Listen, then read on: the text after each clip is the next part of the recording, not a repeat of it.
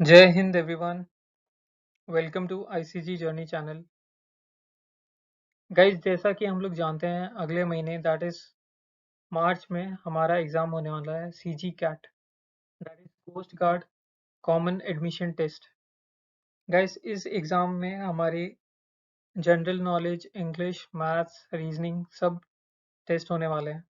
The test consist of 100 questions +4 for the positive marks, that is if your question is correct, and -1 for the negative 1। So guys, इसमें OBC के लिए और general के लिए 200 passing marks दिया हुआ है अभी फिलहाल। कट ऑफ चेंज हो सकती है बाद में। And for SC/ST it is 180 marks out of 400। So guys, in this video I have made sure कि हमारे जो डिफेंस के करंट अफेयर्स होते हैं जनवरी मंथ के, वो सारे कवर हो जाएं।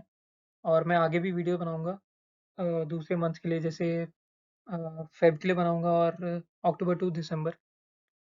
So right now this is for the January month, and so let's start this video. So guys, first one is BrahMos cruise missile tested at INS Vishakhapatnam. So guys, as we know, BrahMos missile एक cruise missile है और इसको अभी recently test किया गया था ship पे, that is INS Visakhapatnam, और it was done at the sea level, that is sea to sea. तो इसमें गाइस क्रूज इसको इसलिए बोलते हैं क्योंकि ब्रह्मोस मिसाइल स्ट्रेट लाइन में ट्रैवल करता है, और बैलिस्टिक मिसाइल जो होता है जैसे अग्नि है वो ऐसे ट्रैवल करता है। सो इसलिए गाइज इसको क्रूज मिसाइल भी बोलते हैं। ये बेसिक चीज़ें हैं गाइज जो पता होनी चाहिए, क्योंकि एग्जाम में ये चीज़ें पूछी जा सकती हैं कि ब्रह्मोस मिसाइल कौन सी मिसाइल है, कौन सी दो कंट्रीज से इसने ये मिसाइल बनाई है, जैसे कि इंडिया और रशिया ने किया है। तो ये बेसिक चीज़ें गाइज आपको पता होनी चाहिए। ब्रह्मोस मिसाइल 1 की रेंज कितनी होती है, दैट इज़ 290 किलोमीटर्स। ब्रह्मोस 2 की मिसाइल की रेंज कितनी होती है, दैट इज़ 1000 किलोमीटर्स। तो गाइज ये सब पता होना चाहिए। So, BrahMos missile cruise missile was tested at INS Vishakhapatnam. Let's move to the next one. Recently, INS Vikrant successfully conducted its third sea trial. तो ये है guys IAC, that is Indian Aircraft Carrier. तो ये है INS Vikrant, जिसके अभी trials चल रहे हैं गाइस। तो आपको पूछ सकते हैं कि अभी कौन से एयरक्राफ्ट कैरियर आने वाला है, कमीशन होने वाला है, या फिर कब कितने ट्रायल्स हो चुके हैं उसके। तो गाइस, अभी अगस्त 2022 में ये कमीशन होगा।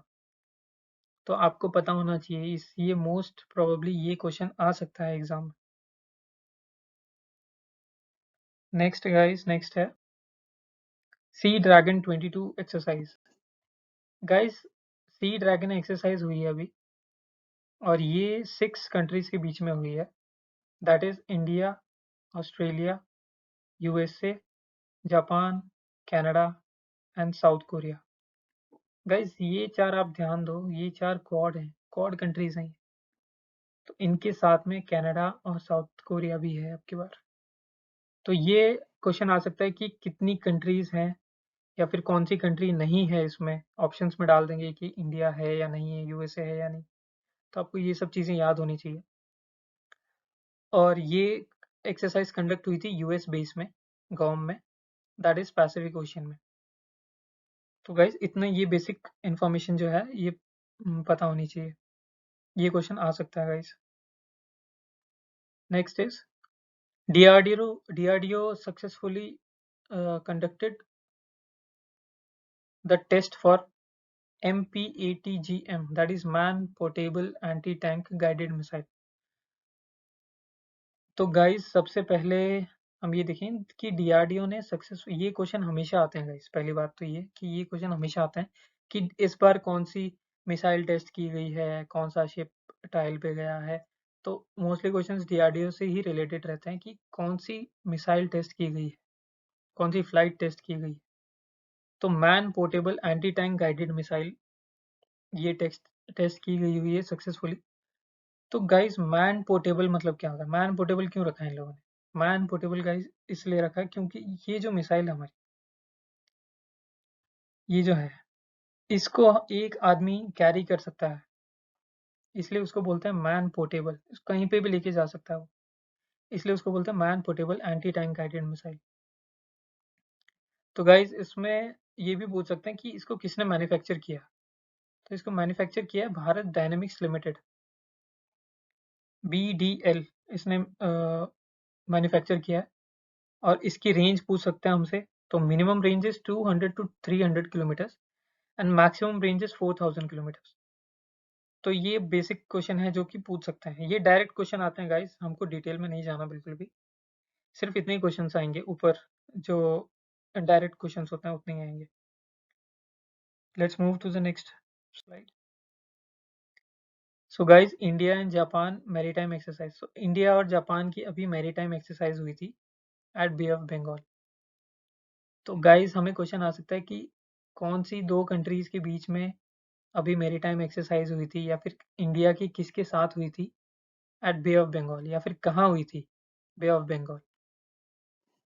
और सेकंड क्वेश्चन आ सकता है कि कौन से शिप थे इंडिया के जिसने पार्टिसिपेट किया था, या फिर कौन से शिप थे जापान के जिन्होंने पार्टिसिपेट किया था।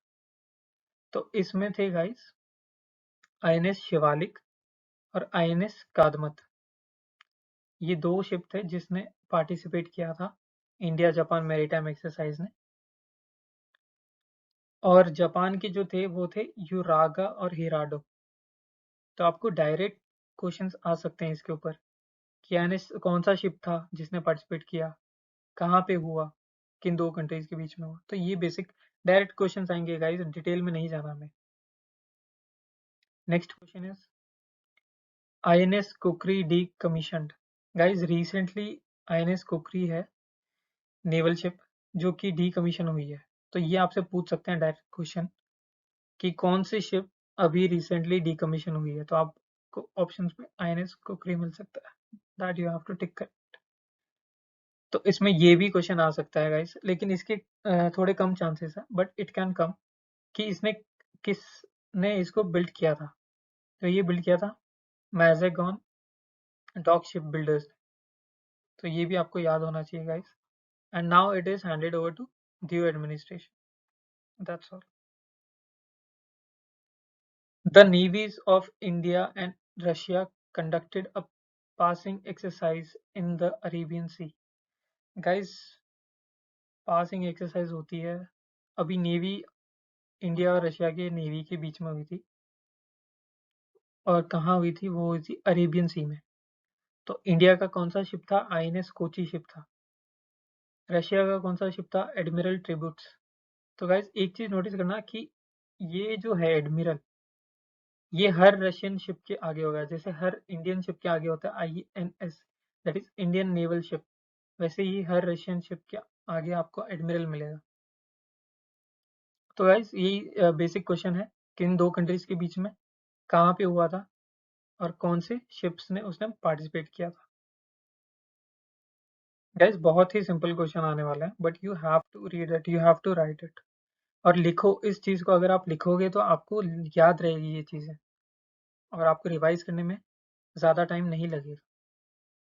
और मैं मेक श्योर करूंगा कि मैं अपने टेलीग्राम चैनल जो है उस पर भी इसकी फाइल अपलोड कर दूं ताकि आपको ईजी हो जाए। तो गाइस नेक्स्ट इज पश्चिम लहर एक्सरसाइज। हमने देखा कि अभी रिसेंटली पश्चिम लहर एक्सरसाइज हुई थी and that was conducted by Indian navy. Guys it was conducted by Indian navy, okay, and it was done at the west coast. तो गाइज इसमें Indian navy, Indian air force, Indian army and Indian coast guard चारों ने भाग लिया था, और ये conduct किया था इंडियन नेवी ने।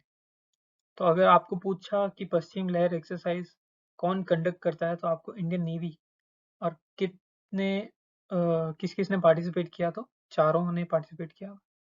So this is national, not international. Next one is guys, NIFT team created Indian Army's new combat uniform. Guys recently army की जो कॉम्बैट यूनिफॉर्म है वो चेंज हुई है, आपको भी पता होगा ये बात। तो ये वो कुछ ऐसी दिखती है, this is the new uniform, this was the old one. So guys इसमें चेंजेस क्या है कि इसकी जो जैसे हम यहाँ पे देखते हैं old olive green with earthen shades but pattern now digital. Guys ये सब नहीं आने वाला, बट स्टिल आपके नॉलेज के लिए। तो ये डिज़ाइन की गई है डेजर्ट्स, हाई एल्टीट्यूड एरियाज और जंगल्स एंड प्लेन्स। और इसका जो फैब्रिक है वो लाइटर है, ब्रीथेबल है, स्टर्डियर है और सूटेबल करता है डिफरेंट टेरेन्स के लिए। और cotton to polyester ratio 70:30। So guys all overall की ये जो यूनिफॉर्म है ये लाइट है और कैमोफ्लेज जल्दी हो जाती है, मैक्सिमम परसेंटेज ऑफ कैमोफ्लेज होता है। तो गाइस इसलिए कॉम्बैट यूनिफॉर्म हमने चेंज करी है। और ये क्वेश्चन आपको आ सकता है कि जो इंडियन आर्मी की कॉम्बैट यूनिफॉर्म है वो किसने बनाई थी। तो हमको लिखना है NIFT। गाइस ये क्वेश्चन पूछ सकते हैं कि किसने बनाया था। तो national institute of fashion technology, ये दिल्ली, NIFT दिल्ली ने बनाई थी ये यूनिफॉर्म। तो आपको ऑप्शन में आ सकता है ये। Let's move to the next one.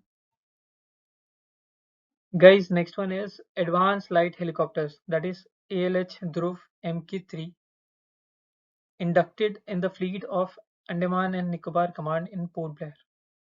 तो गाइज अभी अभी अंडमान एंड निकोबार का जो कमांड है वहां पे 2 ध्रुव हेलीकॉप्टर्स इंडक्ट हुए हैं। एक ये है और एक ये है, और ये बेस है गाइज अंडमान एंड निकोबार का। तो आपको क्वेश्चन आ सकते कि कहाँ पे इंडक्ट किए हुए हैं MK3 के ध्रुव हेलीकॉप्टर्स। और उससे रिलेटेड गाइज आपको क्वेश्चन आ सकता है कि अंडमान एंड निकोबार का, देखो आपको क्वेश्चन आ गया, तो आपको क्वेश्चन आ सकता है कि कमांडर इन चीफ कौन है अंडमान एंड निकोबार कमांड का। तो guys it is lieutenant general Ajit Singh. तो गाइज ये इंपॉर्टेंट है, तो ये क्वेश्चन आपको आ सकता है। Move to the next one. रक्षा मंत्री inaugurates Kalpana Chawla centre for research in space science and technology at Chandigarh university. Guys अभी अभी एक science and technology centre open हुई है कल्पना चावला मैम के नाम पे, और इन्हें इनॉग्रेट किया हमारे रक्षा मंत्री, दैट इज डिफेंस मिनिस्टर। तो ये क्वेश्चन आ सकता है कि आपको ये Kalpana Chawla centre for research centre कहाँ पर।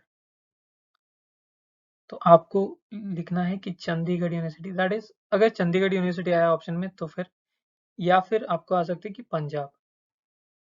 तो आपको सिर्फ ये 2 चीजें याद रखनी कि कहाँ हुआ था और किसके नाम पे हुआ था। Let's move to the next slide. Guys अभी रिसेंटली इंडियन नेवी को बोइंग P-8I एयरक्राफ्ट मिला है। तो गाइज ये कहाँ पे हुआ था, ये हुआ था INS हंसा। INS हंसा, और INS हंसा किधर है, गोवा में है। तो गाइज INS हंसा बेस है गोवा में, जहाँ पे बोइंग P-8I एयरक्राफ्ट जो है।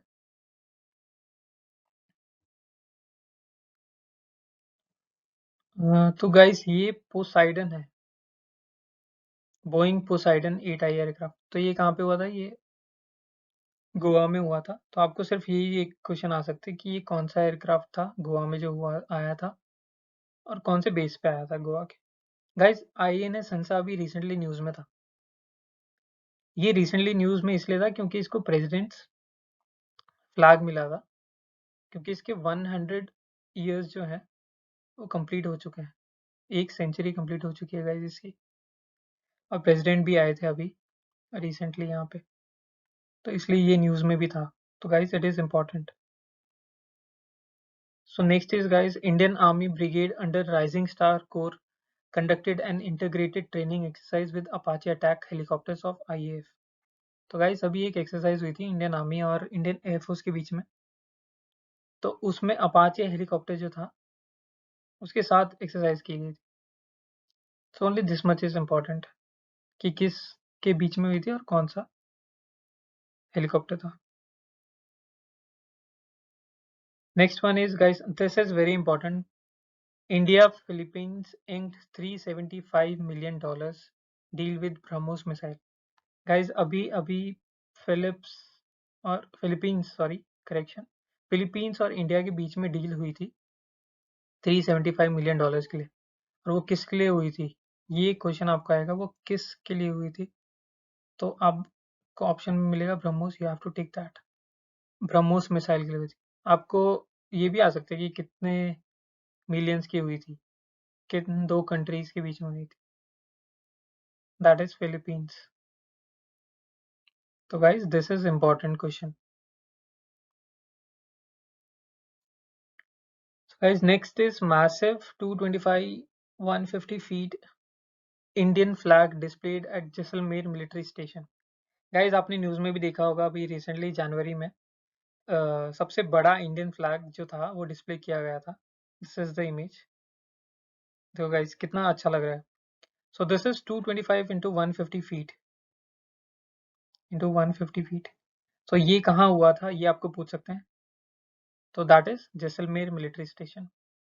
Only this much is important. Guys, next is HAL signs contract with Mauritius for export of advanced light helicopter ALH ध्रुव। तो गाइज अभी अभी मॉरिशियस और इंडिया के बीच में साइन हुआ था contract for ALH Dhruv helicopter. तो हिंदुस्तान एरोनॉटिक लिमिटेड और मॉरिशियस के बीच में हुआ था ये। बस आपको इतना ही पूछेंगे कि कौन सी कंट्री के बीच में हुआ था और कौन सा हेलीकॉप्टर था, that is important. So guys, next is Indian Army to deploy peacekeeping battalion in Africa's Abyss region, which will be tasked to provide humanitarian aid and monitor the sensitive border between Sudan and South Sudan. So guys, ये एक region है, Abyss region बोलते हैं इसको, Abyss। तो ये Sudan और south Sudan के बीच में आता है। तो यहाँ पे ये बहुत सेंसिटिव बॉर्डर पे है, तो इसलिए यहाँ पे हेल्प प्रोवाइड करने के लिए इंडियन आर्मी को डिप्लॉय किया गया है। तो गाइस हमें क्वेश्चन आ सकता है कि कहाँ पे डिप्लॉय किया हुआ था, और सबसे इंपॉर्टेंट क्वेश्चन आ सकता है कौन सी दो कंट्रीज थी। तो गाइस अगर कंट्री होंगी तो हमें कैपिटल भी क्वेश्चन आ सकता है कि सूडान का कैपिटल क्या है। सो आपको लिखना है सूडान का कैपिटल है खार्तूम और साउथ सूडान का कैपिटल है जूबा। ये दोनों क्वेश्चन आपको आ सकते हैं guys, so it is important. So guys, this is the next one. Prime Minister Narendra Modi installed a hologram statue of legendary freedom fighter Netaji Subhash Chandra Bose at India Gate. So guys, अभी आपने बहुत लोगों ने देखा होगा जनवरी 26 at the time of Republic Day, India gate पे नेताजी सुभाष चंद्र बोस जो हमारे फाइटर हैं उनका एक होलोग्राम स्टैचू बना है। गाइज होलोग्राम क्या होता है, तो गाइज होलोग्राम होता है लाइट रिफ्लेक्शंस जो होती हैं अलग अलग डायरेक्शन से एक जगह फोकस करती हैं और उसकी वजह से जो है एक इमेज बनती है, तो उसे बोलते हैं hologram. That looks real but is not real, it is a virtual thing. So guys ये क्वेश्चन आ सकता है कि किस फ्रीडम फाइटर का होलोग्राम बनाया और कहां पर था। बस ये दो क्वेश्चन आ सकते हैं guys, so both are important. So guys do like share comment and subscribe this channel, क्योंकि इससे रिलेटेड इस चैनल में आपको सारी जो सीजी कैट से रिलेटेड वीडियोस हैं वो सब मिल जाएंगी, इंडियन कोस्ट गार्ड से रिलेटेड जो हैं, और जितनी भी हमारी चीज़ें आने वाली हैं सीजी कैट में गाइज वो सब मैं अपलोड करने वाला हूँ, whether it is English, maths, reasoning, everything. So guys make sure कि आप एक महीने फॉलो करो इसको चैनल को, और I am sure that you will crack the exam stage 1 of Indian coast guard for assistant commandant. So guys do follow this channel ICG journey, अपने friends के साथ शेयर करो, उन्हें बताओ, हैव अ ग्रुप डिस्कशन। और guys इसके notes बनाओ please, जब तक आप नोट्स में बनाओगे तब तक आपको समझ में नहीं आएगा, तब आपको ज़्यादा याद नहीं होगा। तो गाइज नोट्स बनाओगे तो आपके दिमाग में वो चीज़ें बैठ जाएंगी, तो please do right it while you are watching this video. So guys मिलते हैं नेक्स्ट वीडियो में, and I'll upload this video on my telegram channel. You can search on telegram ICG journey, वहाँ पर आपको ये वीडियो मिल जाएगी। So guys thank you, have a good day.